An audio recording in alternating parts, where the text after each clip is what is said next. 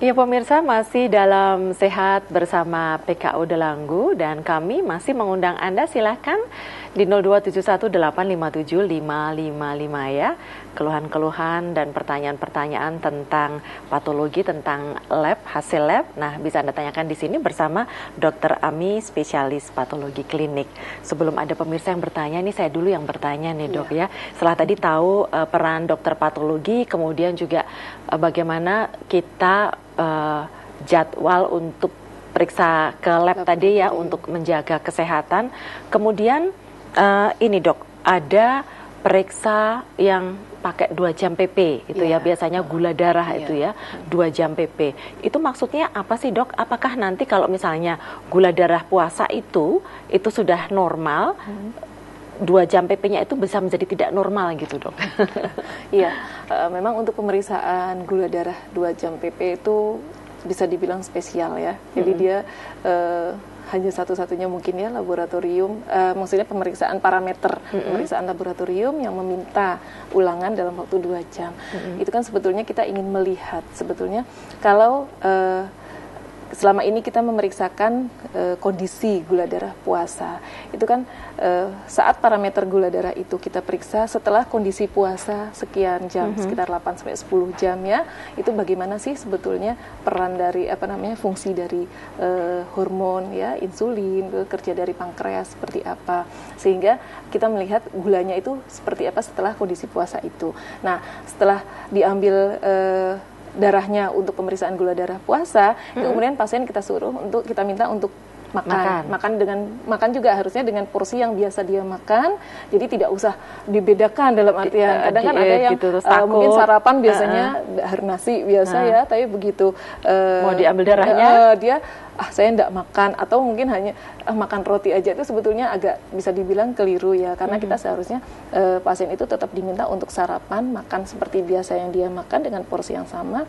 Setelah makan itu dia istirahat lagi 2 jam, baru kita ambil lagi. Itu untuk melihat sebetulnya bagaimana sih kerja dari hormon dengan organ ya yang berfungsi untuk mengatur kondisi gula itu setelah diberikan makanan, jadi dalam kondisi yang bisa dibilang cepat ya itu, sehingga nanti kita bisa lihat hasilnya setelah 2 jam setelah makan itu seperti apa, seperti itu sebetulnya.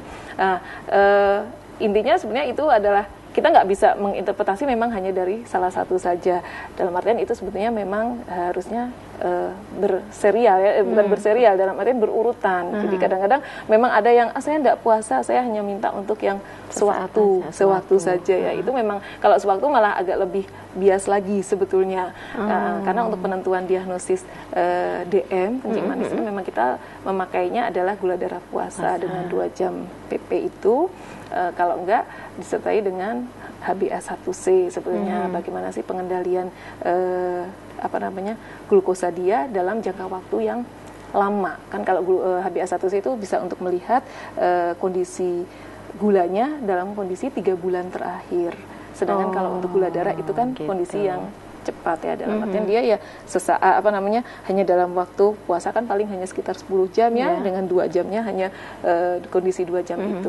Nah, yang bisa lebih dipercaya yang mana gitu ya. Kadang ada orang yang misalnya besok dia jadwal untuk pemeriksaan gula darah, saya makannya sedikit aja nih dari mulai misalnya 3 hari yang lalu. Itu kan bisa saja nanti mengelabui hasilnya bisa menjadi ya rendah, tapi sebetulnya seminggu yang lalu dia makannya tidak terkendali misalnya. Tapi kalau dengan HbA1c kita sebetulnya malah bisa melihat pengendalian dia selama ini 3 bulan terakhir bagaimana sih, itu akan terlihat. Mungkin terapinya juga, keteraturan terapinya ya, itu bisa dilihat juga dari situ. Nah, setelah dilakukan pemeriksaan itu mungkin nanti dokter akan mengetahui, dia bisa menilai, oh kalau gitu 3 bulan ini ibu pengendaliannya begini nih gitu kan gitu. Dan itu tidak bisa menipu ya, beda dengan kalau yang gula itu. Tapi memang sampai saat ini pemeriksaan HbA1c juga masih belum banyak bisa dilakukan oleh laboratorium terutama laboratorium yang masih menengah ke bawah ya, atau di rumah sakit yang masih tipe C ke bawah. Jadi memang termasuk pemeriksaan yang canggih sih. Oh ya, biayanya mungkin juga lebih mahal ya, Dok, ya? Jelas lebih mahal. Tapi sebenarnya kalau dihitung-hitung lebih irit ya, karena dia kan pemeriksaannya hanya 3 bulan 3 bulan. sekali. Dibandingkan dengan rutin yang gula mungkin harus 1 bulan sekali gitu ya. Itu sebenarnya lebih ini juga. Cuman ya sampai saat ini klinisi dokter yang meminta pun juga belum. Kalau di lab PKU di Lagu malah belum banyak ya. Iya, saya lihat juga belum banyak. Iya. Permintaan masih kita rujuk jadinya karena kita juga belum punya ininya. Tapi kalau untuk yang 2 jam PP tadi itu belum bisa menjamin untuk bahwa ini kalau misalnya hasilnya bagus gitu ya, Dok ya, untuk gula darah puasanya dan 2 jamnya tadi itu, misalnya hasilnya bagus, apakah itu sudah bisa menjamin bahwa ini tidak terkena diabetes gitu? Kita nggak bisa bicara langsung sih ya Mbak seperti itu. Jadi dalam artian bahwa untuk pemeriksaan itu tuh kita harus melihat riwayatnya dulu.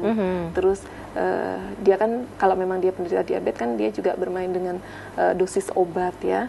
Ya kalau memang hasilnya yang hari ini ya misalnya yang kita lihat hari ini adalah sudah baik dengan dosis obat yang diberikan oleh dokter, bisa jadi memang itu sudah menunjukkan upaya dia untuk pengendalian gulanya sudah bisa kita bilang cukup baik. Tapi memang kita juga harus ini juga ya, karena terapi itu kan tidak hanya dengan obat, kita juga harus melihat bagaimana dietnya dia, olahraganya dia, pola hidupnya, pola kebiasaan hidupnya selama ini, bagaimana sudahkah dia mau merubah untuk menuju ke lebih baik gitu, itu harus kita evaluasi juga memang. Sedangkan kalau untuk pasien yang baru pertama kali periksa dan dia memang kalau dari hasil pemeriksaan gula darah puasanya dan gula darah 2 jam PP-nya masih range normal, yang kita anggap memang itu masih normal. Ya, kecuali nanti berapa bulan lagi diulang lagi hasilnya bagaimana seperti. Kemudian untuk masalah puasa ini ya, Dok ya, ada yang mengharuskan puasa itu 6 jam sudah cukup, tapi ada yang 10 jam. Nah, ini apakah untuk kasus-kasus tertentu ya, kemudian bagaimana hasilnya nanti, Dok? Iya, memang kalau puasa kita ada ininya sih ya, ada patokannya, memang kita nggak bisa sembarangan, dan itu kalau yang diambil di laboratorium itu sekitar 8 sampai 10 jam. Sedangkan kalau untuk gula ya, sedangkan untuk yang pemeriksaan profil lipid, yang kolesterol itu biasanya kita sampai 12 jam. Oh, 12 jam. Maksimal itu 12 jam. Jadi yang amannya sebenarnya kita ngambil di range 8 sampai 10 jam itu. Dan kadang ada yang pasien merasa, misalnya kita tanya, Ibu semalam puasa? Iya, saya puasa dari mulai jam makan sore misalnya ya. Itu kalau faktornya nanti terlalu lama, saat dia misalnya diambilnya nanti nunggu gilirannya terlalu lama, akhirnya dia baru diambil lagi sudah lebih dari 12 jam, itu pengaruh juga? Pengaruh. Jadi gitu. Jadi hasilnya bisa rendah palsu ya kita bilangnya, karena memang puasanya yang terlalu panjang. Sehingga memang edukasi itu saat mau melakukan pemeriksaan itu sudah harus betul. Oke, baik. Apakah sudah ada telepon? Ya, silakan ya pemirsa 02718575555. Anda bisa bertanya seputar hasil lab Anda kepada Dokter Ami. Mungkin Anda juga kesulitan membacanya, silakan ya dikonsultasikan di sini mumpung ada Dokter Ami. Dan untuk dokter patologi klinik ini sudah ada juga di Rumah Sakit Umum PKU Muhammadiyah Delanggu ya. Jadi pemirsa, kalau Anda ingin berkonsultasi dengan lab darah Anda atau ingin periksa lab di PKU Delanggu, nanti bisa konsultasi juga dengan Dokter Ami.